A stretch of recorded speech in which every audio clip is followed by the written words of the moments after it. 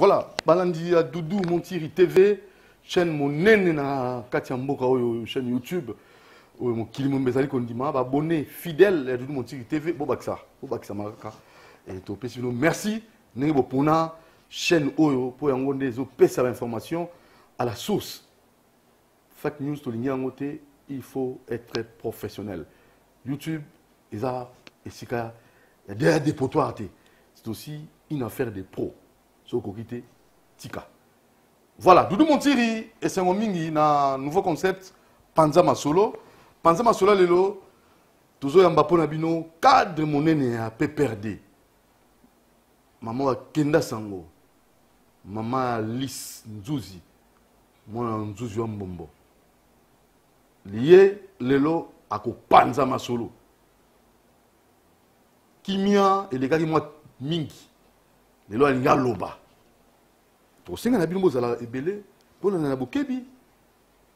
Po lelo manso makobima na poisa. Ya kuku ekobima na poisa. Merci mbote maman Alice Nzozi. Mbote baba. Fier ya kozala cadre na PPRD tena mo lelo. Nazali très fier et puis ils a parti nanga na pona ça fait bambula. Nazo milité na kati alors nazo mona réseau mon côté oyo ko salete na longwa. Atab ko baninga ba kati sikuna na union sacrée. Bo ba kati si mingi bazoluka kutu bazonga pour être ba comprendre que bango nyonso ba cause ba poste te. Alors ebele ba comme ça biso ba appel du pied et ba moni pe que kuna na union sacrée vision ezate vision yebanité. Bazo kende ko naviguer à vue donc ba yebi bazo tambola ka boye ndengeni no vision zalité na union sacrée. Mais parce que atana maloba mokozi mboka ye moko aza ko loba ete boya to sangana to zana kati ya union sacrée mais vision ya union sacrée ti lelo bana Kongo ba yebi yango te objectif nango ti lelo ba yebi yango te Peuple sangani pour ensemble to luka solution mboka ke liboso. Wana yonde olobi. Menga na yoki maloba wana te. Consultation zaki nga na yoki kaka ba débauchage mususu na ba parti mususu donc PPRD ba ye ba sangani et puis siko ba sangani nini ezo salema et yebani te yango na ba mususu ya kati na biso o ba kati saki ba ko zonge pa na biso ba koloba to kendeki to kansi ki ba pesa biso ba poste. Mais banda tokei tozomona ba candidat pe baleki mingi côté à Katumbi epai côté à Bemba côté à oyo donc bango boko pe bato ya UDPS baleki mingi donc tozomona biso clarté ya masolo makamoto akoyoka alors bon nakokatisa wana na kemba la moko na mutuna wana pona mo yeso bandi yango gouvernement Sama Lukonde mutu nyonso alinga comme ministre mutu nyonso alinga comme ministre. Conseil la mboka. Équation comme difficile. Conseil la mboka eza mabete. Mais na banzi conseil la mboka il faut ba critères ezala. C'est-à-dire il faut en dehors il y a intégrité. Na ko citer intégrité te. Na ko citer maîtrise. Il y a mosalate parce que pour moi ça ba évidence. Hein, ça sont des évidences évidentes pour ne pas me répéter. Mais le côté critère moko important et sengeli ministrable à Salanango, ils allaient amour et amour qu'appelle à peuple, n'est-ce pas? Il faut à patriotisme, nationalisme, la katinaye. Azala, ça comme une poste, wana, aïe, baka, ata, azala en face à Mindela, en face à Batongindo, ou bien en face à qui que ce soit, intérêt à Congo, ezala, plus important que l'intérêt propre na Moko, ezala objectif prioritaire na Voilà pour l'angaï et le qu'on a koloba. Bâton va dire la ministre, mais bâton va cause un ministre n'est-ce pas? Tu veux que les députés bazali, bako bana musala na bango député pour être musala na bango ezali ko voter ba loi na ko landela misala ya gouvernement ba institution musu bato bazali mais na kati ya bana ekolo Congo bato bazali ebele surtout côté ya ba mama o batangi basisi ou bazapé na bongo bako sala musala wana ko kamba mboka ko kamba ba ministère dans la sphère décisionnelle. Pourquoi le biba maman pour tous en moi de la femme aussi? Ni ni osé le biba maman pour ni maman pour la moi de la femme. Et ça pour la moi de la femme té. Mais injustice et l'équipe mingi na o talibasi. Pour être biso nyo soto tangi. Constitution na biso ezo senga été basi base à la représenter dans la sphère décisionnelle. Article 14, ça peut permettre d'attendre à l'opposition, parce que c'est un article important à la Constitution. Et les pouvoirs publics veillent à l'élimination de toute forme de discrimination à l'égard de la femme et assurent la protection et la promotion de ses droits. Ils prennent dans tous les domaines, notamment dans les domaines civils, dans les domaines politiques, économiques, sociales et culturelles, toutes les mesures appropriées pour assurer le total épanouissement et la pleine participation de la femme au développement de la nation. Ils prennent des mesures pour lutter contre toute forme de violence faite à la femme dans la vie publique et dans la vie privée.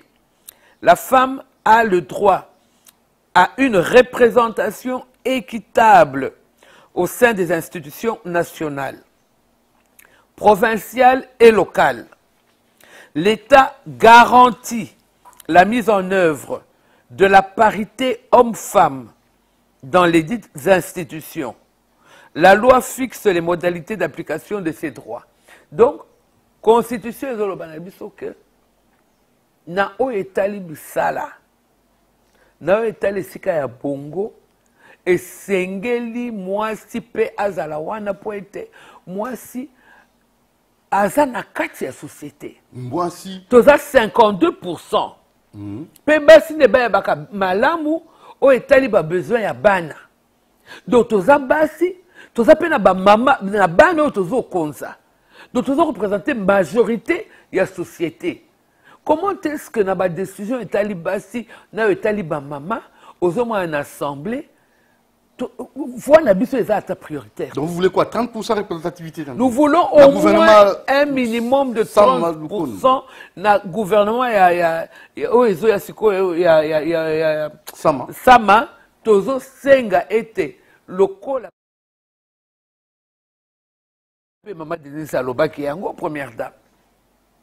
A qui n'est pas premier ministre pour le Koloba et Sengeli Maman quand même, Bakota na solo ango. Président de la République P. Andimi Maloba Mwasinae à soutenir et Sengeli Premier ministre. Torotela ce qui a kotosa Maloba ya Mokonzi Mboka puisque et comme qui déjà à niveau il y a peuple tout ce qui a déjà. Alors en ce qui concerne cela, Tozo Zela été effectivement représentation à Bassi et Zala effective dans la sphère décisionnelle Yamboka. Parce que biso ba maman tous un problème à biso ou etali basi tous ça tu as pas gérer ba problème ou etali bana et ça maman de a fanda kamingi na bana. Très bien. En tout cas ce qui s'amité en tant que femme nini o bino bosala ce qui s'amité lo nikani lo lenge et sengeli et sale ma poete mboke kende liboso tozo mona que depuis que bazo kipe makambo basi na makambo ya bana tendeli sengeli bazo to sa constitution te bitumba ezana est kikuluna eza makasi makambo ezo tambola bien te social pe eza malamu te. Alors pona makambo tambola malamu esengeli bo baza ba majoritaire na niveau société bakota na masolo po ete bango pe ba pesa ba point de vue na bango. Merci. Alors toquer rapidement changer. Maman Lisa Nzuzi, aux prête pour na opanda siko masolo. Nazolo baka na ndenge rotuna ndenge na koya. Ngonga aux prête obongami. Parce que ezolo ba mingi. Voyage à Kabila. Tant akendaki kuna na Asia ezaki pour être déstabiliser ba institution. Bato mususu ba ki uluba ba rumeur to koyoka. Yo en tant que membre et aussi cadre na PPRD. Est-ce que mon Konamboka Azal Makanisi, il y a aussi un mabé dans Mbokol. C'est impossible. Ex-président plutôt. ezali impossible azwa makanisi ya kosala mabe soki azalaka makanisi ya kosala mabe alingaka atika bokonzi te eloko nini etindi atika bokonzi justement parce que alingaki kimia na niveau nyonso tu yango ana respecte constitution po alingaki kimia alors lelo akende kolinga kodestabilize bainstitution na bénéfice nini mpo na trouble ekota bana Congo bakufa akosupporta yango te. Joseph Kabila Kabange aza nationaliste.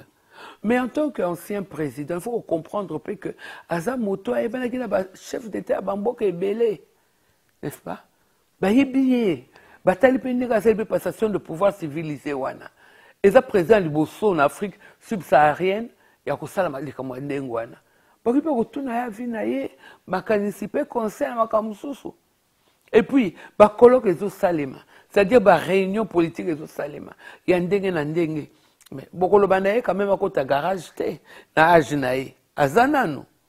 Hein? Azanano. Bo baleke bazo continuer politique. Comment yatika? Azo continuer ba contact na ye en tant qu'homme politique. Mais akoki ata mokete donc eza lokuta. Bo balobi ndego wana ba conseiller. Joseph Kabila Kabange azana makanisi wana tamuke. Est-ce qu'alingara pena Congo, alingara ba Congolais? Alingara ba Congolais ko linga ye moko. Vous assure? Naza sûr te naza certaine. Nandenge. Nandenge ate na yebi a président a parti na ngai tozo sala na ye musala na yebi ye makambo nyonso peuple congolais. Attention au peuple congolais. Attention na ba retomber au peuple congolais. Et loko est-ce que eko protéger le peuple azalaki toujours na makanisi wana ti lelo azala pe kaka ndenge wana. Est-ce que opposition andimi yango bondimi yango na pe perdre to ndenge koma na opposition? Papa Langai, pourquoi les choses ekufa? Selon constitution pour na kozala na opposition ezali na ba eza na mibeko nango bato bamitiaka opposition boye te. OK. Ezala na mibeko nango pour na kozala pe na majorité eza na mibeko nango. En cas de la députation, par exemple, tango députation ezo banda, batunaka député na député, aux alliés na majorité, aux en opposition, l'article P, il y a règlement d'ordre intérieur, il y a Assemblée nationale, puis Sénat, ils ont expliqué ma communion soana dernier single zala. Makambo esalami na Assemblée nationale, makambo esalami na Sénat. Ezali anticonstitutionnel. Ndenge ya te ezali na ebandeli ya législature que moto na moto alobaka kote nini oyo azali. Entenge boyebi ndenge Congo mobimbe yebi oyo azalaki na ba député ebele ezalaki PPRD ezalaki FCC député na la majorité. Bayo ko sala coup d'état institutionnel. Kuna coup d'état institutionnel wana kafouillage ekoti makambo nyonso créé ba ko sala donc arrangement politique ou esalemi eza na kati ya constitution de la République démocratique du Congo te eza na kati ya constitution te ezali coup d'état constitutionnel. Alors à partir de là aux autres nanga so na la majorité so na opposition oyebi bien que biso ba pato peut-être toza ba légaliste. Vous avez linga kolanda mibeko. So bino bo sala makambo eza nakati ya mibeko te. Vous êtes kolanda bino tozotala bino na miso. Mais on est aquí, bon, c'est toujours la même question te. On est aquí po na koluka ko sauver ekolo. Bato basangani na union sacrée pour koluka ndenge nini ko bimisa ekolo na kati ya bokai. Mboka pone tambola malamu. Mboka pone kende liboso. Esengeli elanda mibeko. Tango bozo mona ke na kati ya mibeko, eza na mibeko eza ko sepelisa te. O bozo mona ngo kaka. Esengeli bokende pa ya peuple. Souverain primaire. Peuple nda ko décider par vote na référendum soka li ko changer constitution ndenge ezali. Po ete tango bango bakendeki na Assemblée nationale, tango bakendeki na Sénat, bakendeki selon procédure il y a constitution. Alors tango bango bazo sala makambo etali constitution te ezali l'égalité. Dire la vérité, c'est pas assassiner quelqu'un. C'est ça la vérité. C'est ça la vérité, c'est le moment Alice Nzouzi, mais c'est le moment Alice Nzouzi. PPRD, bah jeune, bah Télémaki contre Chadari. Bah jeune à PPRD. En tant que maman, tant que vous avez dit que moi, il s'agit de Il y a des bosso, nengozo loba, bato bazo traverser. Et là, comme vous la qui s'attire, bah jeune wana va traverser. Parce que biso bo ba ibi PPRD. Ba ibi que biso tozaka na respect à hiérarchie. Emmanuel Ramazani Chadari Azali, proche collaborateur à Joseph Kabila Kabange. Il y a un géré parti au quotidien. Président national Nabiso, en tant que président du parti, Azan a droit, il y a coupé sa prérogative wana, na moto yo, Azan n'a eu confiance. Et c'est ça, Azan a droit wana. Alors, il est normal que je ne battais les mains, à la contre-volonté, il y a chef, il y a parti. Puisque il y a constitutionnel. Ils allaient selon ordre, il y a règlement intérieur, il y a parti Nabiso. Alors, si vous avez un CPLT, il y a Songoloto Pakala, et Sengeli, Hollande voix, n'est-ce pas, autorisé selon règlement d'ordre intérieur, il y a PPRD, on se plaindre selon Bibé qu'on a biso. Mais bah ça loin les rébellions. Biso doit reconnaître Bangote comme étant les nôtres. Parce que ça les camoulis solo na Bango. On a empêché comme on a Kabila, donc on est une barrière. On a yende Bangonde baso loba. Bangonde baso loba solo na Bango. Mais biso to comprendre que bazana batumsu na sima na Bango, o baso financer Bango. Au bazo tina bango basa désordre bazo sala. Alors biso to lobby que so bango ba moni que parti na biso ça bien té, ba passer la partie na bango.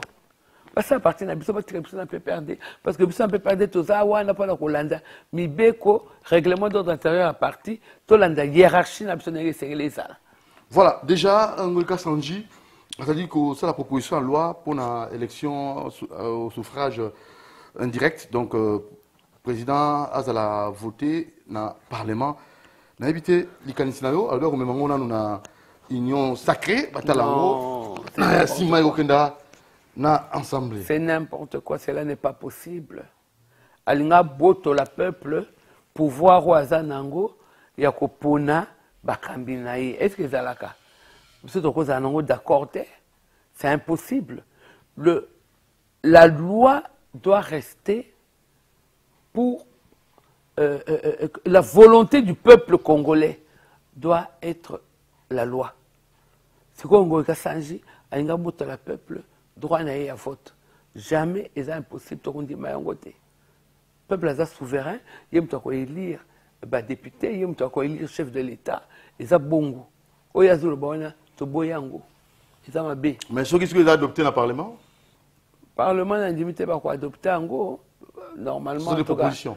Je ne pense pas parce que c'est une façon encore, une dictature encore qui ne dit pas son nom.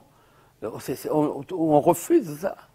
Toboyango, peuple congolais, baboyango. Biso to nito ke ne ko voter. Peuple sous nasima. Mais tout ça peuple peuple. Oh, papa Nangai. D'abord biso moko en tant que membre du PPRD individuellement, on fait partie du peuple congolais. Au bout la biso droit wana, ya le peuple congolais. Tout ça va peuple congolais. On est un modèle, il y a la biso souveraineté na biso.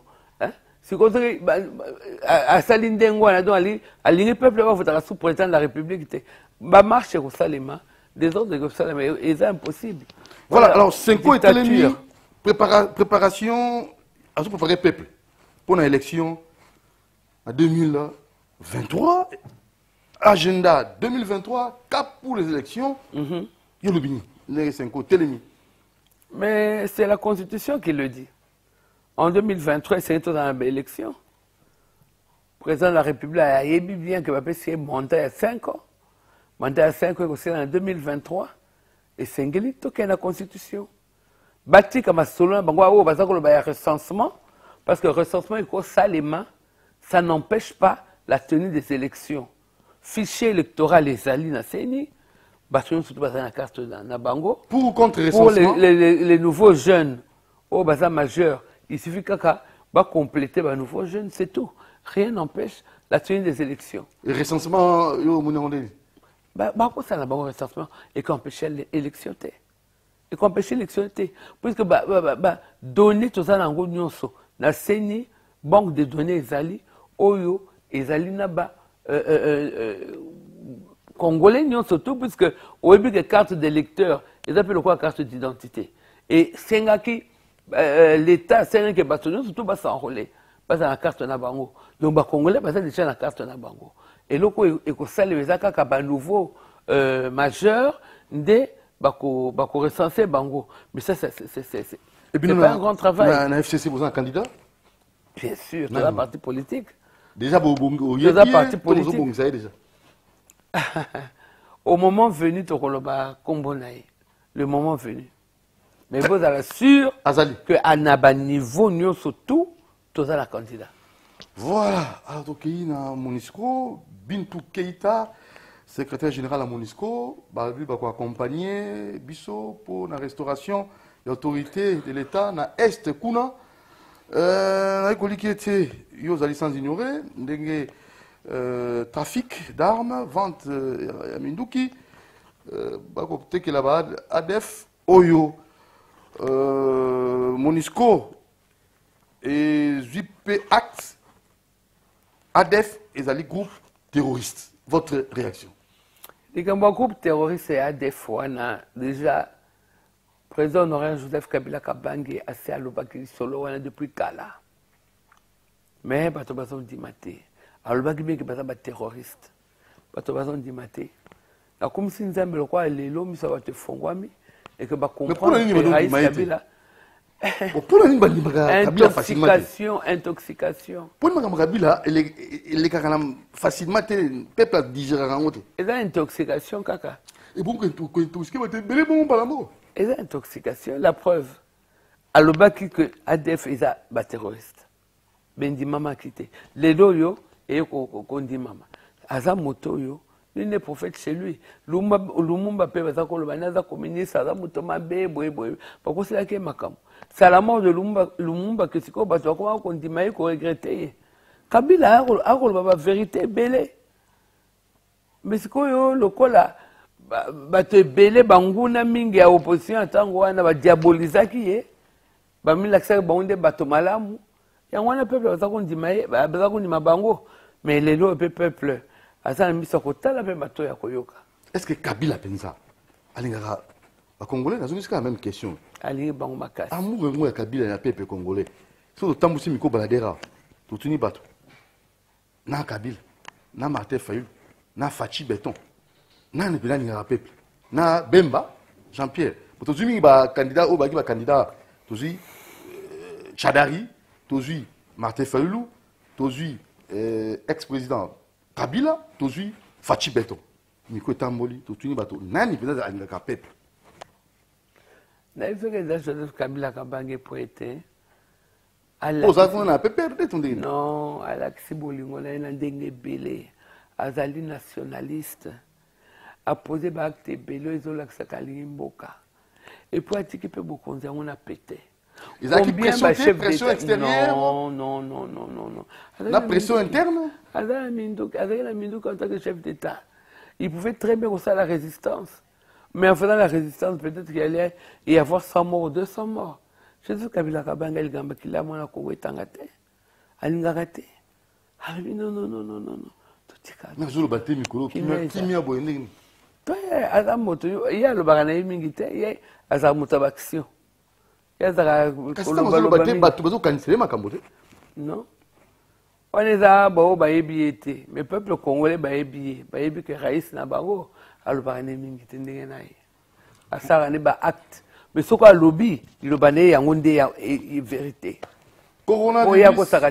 Coronavirus, vaccination, RDC et mais qui suspend en gros, yo en tant que maman. Ma candidature. Il y a une vaccination, on a tout qui n'est pas tout ça qui pas. Depuis, bah inventé vaccin wana, til l'eau et sali sans abonné. Comment qu'on pas cause de l'eau koyo, bah sosoli ba effet secondaire na bango te na yango te bakabata batiango na nzoto ya moto. Donc on va commencer l'expérience dans nzoto ya moto. Et ça grave. Hein? Donc il n'est pas tous en épaille. Et ça très grave. Donc vaccin wana ngai nazomona ngo malamu te. Nazomona ngo malamu te. Eza ba danger ebelé. Contre-indication nango ebani te. Voilà, bah des gars oui, ça mis na pluie c'était hier. Un mot par rapport à notre environnement, au comportement de la population et à la gestion de notre environnement. On a évité vraiment, quand dites-vous, vous là, moquez, ma étonné. Vous là, moquez, ma étonné. Et il y a eu des morts aussi. L'urbanisation de la ville. Qui n'est pas péto pour nous cette opération-là? Papa Nangai. Oh, le mieux. Nangai qui n'est pas péto.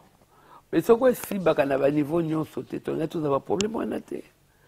Donc la question là, ils ont fait sa réponse. Et du coup, on va que mon sale les anano. Il y a ma casse, c'est le coco banango. Pas une chose à la inondation en dengwana té. Hein? Mon sale les anano ma casse. Là, il m'a coupé. Le gouverneur Gentini a bien moussé les anneaux de ma casse. Ah, mais pas de propositions pour les Cambouans, ils ont sous-souté. Moi, ma canisse européenne. À part mais ça, la population, l'autorité. Moussé les anneaux kobongisa mboka, kobongisa bakanivo, kobongisa, ko rendre ville agréable, habitable. Et en dehors de l'État, c'est le gouvernement de la ville, le gouverneur de la ville qui a la charge, il y a quoi assainir ville capitale Nabiso. Mais alors, les gouverneurs, nous avons des bourgmestres. C'est la question qu'il faut causer, qu'il faut poser à lui-même. À lui-même, parce que c'est lui qui nous gérer Batonaï, bourgmestre, il nous gérer Bango. Alors, mutuna les akitoko mingi ko tuna ona na Gentini ngobila ye mutoko pesa no réponse ya solo parce que na niveau na biso to kotala kaka ye Gentini parce que yende borome sambo réussite ou échec bilan qui nous peut tout en tout cas la réussite et la mitigé. Voilà, alors tout cas rapidement maman Nzuzi Alice lisanga bonganga alobi ino sacré. Ils ont bloqué, le président actuel a mis bloqué, il a bloqué la carte l'union sacrée. Bloqué de? Et bloqué, selon Lisanga Bonganga. Romona, parce que Batonio Sobakene qui kuna, bazao qui donne espoir, il y a des bases de la poste. Mais la poste c'est limité. Ma poste est limité. Comment est-ce que tout le monde a une poste? Et en gros, ma poste est limité. Le gouvernement est bien connu. On est dans le Camboya, Premier ministre de la Copé, il y a dans le Camboya. Peut-être que bon, c'est pour la maman, Bakoka, Kota, Bama, Koka. Il y a un parti politique à Osakota. Il faut comprendre que penser à peu perdre à partir de la Bissau. Ils ont toute une école, n'est-ce pas? Ne jamais trahir le Congo. Le droit à l'autodétermination. Prenez-vous en charge, prenons-nous en charge. Donc, mais là, on le PPRD forme vraiment. Mais on nous forme, nous sommes formés à l'amour du pays, au nationalisme. Bon. Et parmi tous ceux qui sont partis, ils regrettent, ils ont regretté partir Makassi. Mais maintenant, le résultat sur le terrain, PPRD. Formation, oui, mais résultat maintenant. Résultat sur terrain, il y a des défections, mais il y a aussi des gens qui sont restés. Il ne faut pas croire que Bateau Balongwe, il faut qu'on puisse sentir que PPRD est représenté à travers toute la RDC, dans les 26 provinces. Tous les ans, il y a 26 provinces. Ata Batondambo Balongwe, Bako compter Bango peut-être quoi, 50, 100, je ne sais pas. Mais est-ce que ça représente tous les membres du PPRD? Notre parti est en place. Nous sommes là. On n'est pas fini, nous sommes là. Voilà. Nous avons notre organisation, nous allons continuer caca. baadhésion ezali baformation ya bamembre na biso ezocontinue tozali bato soki sana likambo ya bamama na biso ya zando oyo mpenza balingi bamodernize zando basengi na bavendeur bacommerçant bayeba yango déjà zando il faut nécessairement bareconstruire yango babongisa yango bavendeur 30 000 vendeurs bakokende wapi déjà tosalaki émission na président syndical ya zando monsieur Guilain Lokofo aloba na biso 30 000 vendeurs place emonani kaka 3 000 pour 3 000 vendeurs 27 zando monene grand marché 27 vendeurs 27 000 vendeurs bazangi esika alors natoyaki oteka wapi po soki bakangi zando baremodernize alobi bazalaka nzinga onayebi te mama Lise Nzuzi ozoloba nini problème à zando ezali problème mondaine mais zando wana pe ezali nécessaire puisque ville na biso capitale eza na presque 15 millions d'habitants et bato ya Gombe zando wana eza pe kosunga bango bon 27 000 eza ebele esengeli nayokaki ke gouverneur Ngobila azotonga zando en dehors ya zando ya monene aza bazando mosusu ya mike akotonga mpona kopermettre que bato nyonso bamosusu bazalaki na zando ya monene bazwa moyen ya kokota na bazando wana mais c'est impossible que na centre-ville bazala concentré kaka du matin au soir 27 000 personnes pour déjà na assainissement nango et qu'on posait problème la ville à Kinshasa. Il faut qu'on ait quand même en nombre raisonnable parce qu'ils ont à côté KT, ils ont après côté assainissement la ville wana il y a marché et ça les mandingues normal et permettre de vivre normalement. Voilà tout ce qui ici et là qui dans moment Naomi qui tembo alinga Naomi ya bisengai na komisa yango asepela na yo ni lobeli na yo ndenge ozaka penza mwasi il y a ma casse. Dans politique, maman Naomi Kitembo, alobaki na komisa message wana pa na yo. Et pour éviter que ton message mingi na ba émission en français. Ah OK. Eza pe ndenge moko te raisonnement eza différent. Totangi la français. Oui. Donc logique mingi eza na français. Ah la linga la voix bima, il faut et où na français pour au bongo la ngona lingala. Comment on appelle ça que je puisse filtrer. Hein? Filtrer ça, c'est différent. Ah, donc on a seulement B. On a seulement B, maman. C'est la français. C'est différent. Na linga na roloba toujours, mais ma émission n'engage, je suis un acteur politique qui m'exprime mieux en français. Mais vous avez les félicitations. Il y a aussi maman Bijou Makila. Azali Mokopé, c'est Pernayo. Vous avez aussi des fans. Maman Bijou Makila, Abayna Komisa, na maman Naomi Kitembo. Merci Mingi. Mingi. Merci. C'est bien, c'est que ba maman Mingi ba mi pesa.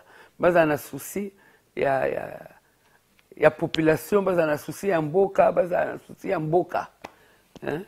Ko tozaka na mboka oyo. Mais c'est que moko akomela ngai et puis so pas citer hein. Mais maman, vous allez pour le peuple ou contre le peuple? Motuna wana euti na nini? Na maman na biso eza ba émission hein. Euti na nini na likambo nini? Montiri TV yoka. Te motuna wana euti na nini parce que ngana za nationaliste. Ah bien ngara peuple to ngara peuple te. Yo maman. Ngana lingi peuple maman Alice Nzuzi. Na lingi peuple. Question zaki ya maman Cassandra Loko. Maman Cassandra Loko to pesi mbote mingi. Est-ce que vous avez biso? Na lingi peuple makasi peuple congolais, na lingi peuple congolais makasi. Et puis, nous avons mboka mususu te. Très bien. Mboka nangande Congo RDC. Na pe na posa, na tamboli na mboka ebele, mboka ba mindele, mboka ba tumwindo, na pe na posa ya kozala na mboka lokola na mikili ba paya. Et ça remonte ba passe. Donc ça peut un souci que le gouvernement bima pe bongisa mboko. Oh, mais mission na monene yango wana. J'espère que le gouvernement yokotala social ya peuple. Problème monene yango wana. Très bien. Hein? Impérativement social à peuple. Des segli balandela mbalo puisque depuis mandé bandité lelo. Tout le monde yango mingi te na ebité ce peuple. Bango basi va sentir yango menga. Passe na passe. Alors, maman, merci, maman Alice. Nous sommes na suka, maloba bokabwani. Te na besi merci mingi. Na CCTV, ndenge boye ko sola na ngai. Na Doudou Montiri TV. Na Doudou Montiri TV, merci mingi. Na sengi na peuple congolais, baza na kondima. Et puis moto na moto a tanga constitution pe ayeba yango. Très bien. Po ezali mobekoli kondizini na biso. Et sengeli moto ayeba comme ça azala conscient que bateau baza na pouvoir parce que peuple atie bango na pouvoir. Alors faut ko landela bango na mosalo bazo sala soki clair ezate to ba pe ko dénoncer yango de façon démocratique. Pour kaka na mibeko na biso ba pesi biso ndenge nini ya kosala pour na soki to sepelité ko dénoncer loko to sepeli nango te. Merci beaucoup. Voilà, Bolani Bokebi Panzama Solo, tu as mis maman Alice Ali, Nzouzi, maman, excusez-moi, maman Alice. Alice Ali, Azar, musicien. La petite comme on est hier, on a compris, maman Alice Ali Kalapé. Maman Alice Nzouzi, cadre na PPRD, à Pessim, ma canisania Pandi Masolo, et je crois que ma question n'a bino, ma réaction, na numéro affiché, WhatsApp, comme la biso, comme la biso, Cassandra. Loko, maman Nabiso Bijou Makila, pe ndeko Nabiso Mususu Awa Naomi, Katembo, Toti Kotanga, yo pour tinda na WhatsApp, na numéro plus 243 9 95 99 95 96, plus 243 9 95 99 95 96, Doudou Montiri, Akotanga et Akokomisa yango na ndeko Otokoyamba, comme maman Nabiso Alice Mbombo Tokoyamba Awa. Alice Nzouzi. Alors, merci à Moron Djambé, merci à Alain Kabongo. Abonnez-vous massivement à Doudou Montiri TV, chaîne Oyo, et puis ça va information. Tu es la source. Tout lundi,rimerte. Tu es vérifier. Tu es beau, Ciao. Merci. Merci.